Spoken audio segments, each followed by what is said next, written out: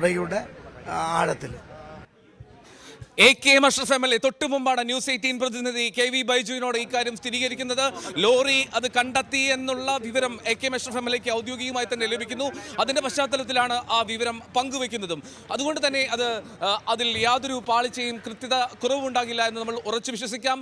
അവിടേക്ക് മാധ്യമങ്ങൾക്ക് കൂടുതൽ പ്രവേശനം അനുവദിക്കുന്നു. നേരത്തെ മാധ്യമങ്ങളെ ആ സ്പോട്ടിൽ നിന്ന്, ദുരന്ത മേഖലയിൽ നിന്ന് മാറ്റി നിർത്തിയിരുന്നെങ്കിൽ ഇപ്പോൾ അതിലേക്ക് കുറച്ചുകൂടി അടുത്ത് തന്നെ നിന്ന് ദൃശ്യങ്ങൾ പകർത്താനുള്ള അനുമതി നൽകുകയാണ് അവിടുത്തെ രക്ഷാദൗത്യ സംഘം, അവിടുത്തെ സുരക്ഷാ ഉദ്യോഗസ്ഥരെല്ലാം. പക്ഷേ അവിടെയും ഒരു ബാരിക്കേഡ് വെച്ച് തടഞ്ഞു നിർത്തിയിട്ടുണ്ട്. ഏറ്റവും അടുത്തേക്ക് പോകാൻ അനുവദിച്ചിട്ടില്ല എന്ന് മാത്രം. ബൈജു, ഇപ്പോൾ നമുക്ക് ദൃശ്യങ്ങളിൽ കാണാം ആ ഭാഗത്ത് തന്നെ കേന്ദ്രീകരിച്ചുകൊണ്ടുള്ള പരിശോധനയാണ് നടക്കുന്നത്. ആ എക്സ്കവേറ്റർ, നേരത്തെ കൊണ്ടുവന്ന ബൂം എക്സ്കവേറ്റർ ഉൾപ്പെടെ നമുക്ക് കാണാം വലിയ തോതിൽ. അവിടെ തന്നെ ആ ലോറി ഉണ്ട് എന്നാണോ കരുതേണ്ടത്?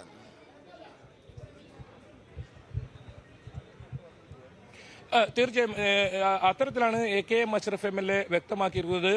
അദ്ദേഹം തന്നെ പറയുന്നുണ്ട്, ഔദ്യോഗികമായി സ്ഥിരീകരിക്കേണ്ടത് താനല്ല, പക്ഷേ ആ ലോറി കണ്ടെത്തിയതായുള്ള എല്ലാ സൂചനകളും ലഭിച്ചു എന്നാണ് അദ്ദേഹത്തിന്റെ വാക്കുകളിൽ നിന്നും പറയുന്നത്. എന്തായാലും ന്യൂസ് 18ലൂടെയാണ് അദ്ദേഹം ആ വിവരം പങ്കുവച്ചത്.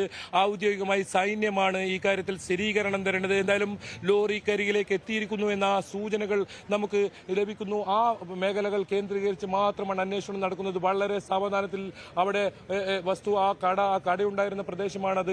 കടയുടെ തൊട്ടുപിറകിലാണ് ഇത്തരത്തിൽ ലോറി കണ്ടെത്തിയതായുള്ള നമുക്ക് വിവരം ഇപ്പോൾ ലഭിച്ചിരിക്കുന്നത്.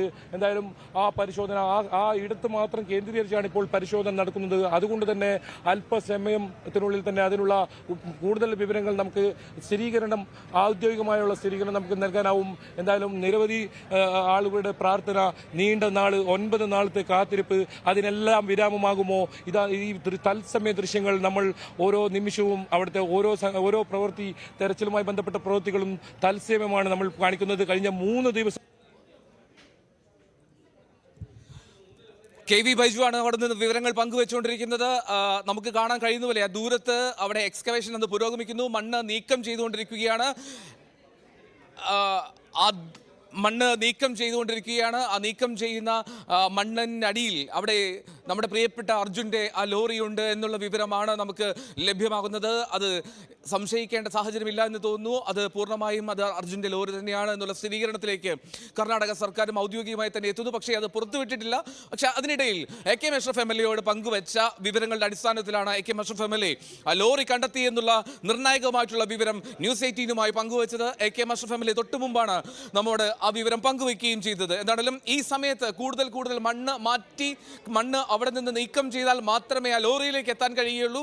ലോറിയിലേക്ക് എത്തി ലോറിയിൽ നിന്ന് അർജുനെ പുറത്തേക്ക് എത്തിക്കണം. അങ്ങനത്തെ ഒരുപാട് സങ്കീർണമായിട്ടുള്ള നടപടികൾ ഇനിയും ബാക്കിയുണ്ട്. പക്ഷെ അപ്പോഴും ആശ്വാസമാകുന്നത് ആ ലോറി അവിടെ ഉണ്ട്, ആ ലോറി നമുക്ക് കണ്ടെത്താൻ കഴിഞ്ഞു എന്നുള്ളതാണ്. ദിവസങ്ങൾ നീണ്ട രക്ഷാദൗത്യമാണ്. ദിവസങ്ങൾ നീണ്ട ആ രക്ഷാദൗത്യത്തിന് ഏറ്റവും ഒടുവിൽ ലോറിയിലേക്ക് എത്തി എന്നുള്ള സന്തോഷമുണ്ട്. പക്ഷേ ഒപ്പം തന്നെ ഒരുപാട് ആശങ്ക നിലനിൽക്കുകയും ചെയ്യുന്നു. 9 ദിവസമായി നമ്മുടെ അർജുൻ ആ മണ്ണിനടിയിൽ, ആ ലോറിയിൽ കുടുങ്ങിക്കിടക്കുന്നു. ആ അർജുൻ കുടുങ്ങിക്കിടക്കുന്ന സാഹചര്യം അതെന്താണ്, എങ്ങനെയാണ് നമ്മൾ അർജുനെ വീണ്ടെടുക്കുക, അങ്ങനെ ഒരുപാട് ചോദ്യങ്ങൾ, ആശങ്കകളൊക്കെ ഉണ്ട്. എങ്കിൽ പോലും ലോറിയിലേക്ക് എത്താൻ കഴിഞ്ഞു എന്നുള്ളതാണ് ആ ശ്രമകരമായിട്ടുള്ള ദൗത്യത്തിനൊടുവിൽ ലോറിയിലേക്ക് എത്തി എന്നുള്ളതാണ് ഏറ്റവും പ്രധാനപ്പെട്ട കാര്യം. ലോറി കണ്ടെത്തി എന്നുള്ള വിവരം ആ ദുരന്ത ഭൂമിയിൽ നേരത്തെ നമ്മൾ കരുതിയിരുന്നത് ആ പാർക്ക് ചെയ്തിരുന്ന ഭാഗത്ത് അർജുൻ്റെ ലോറിയുണ്ട് എന്നാണ്. ആദ്യ 2 ദിവസങ്ങളിലും പ്രധാനമായും അവിടെ തന്നെ കേന്ദ്രീകരിച്ച് പരിശോധന നടന്നതും അതുകൊണ്ടാണ്. പക്ഷേ അതിനുമപ്പുറം അവിടെയല്ല.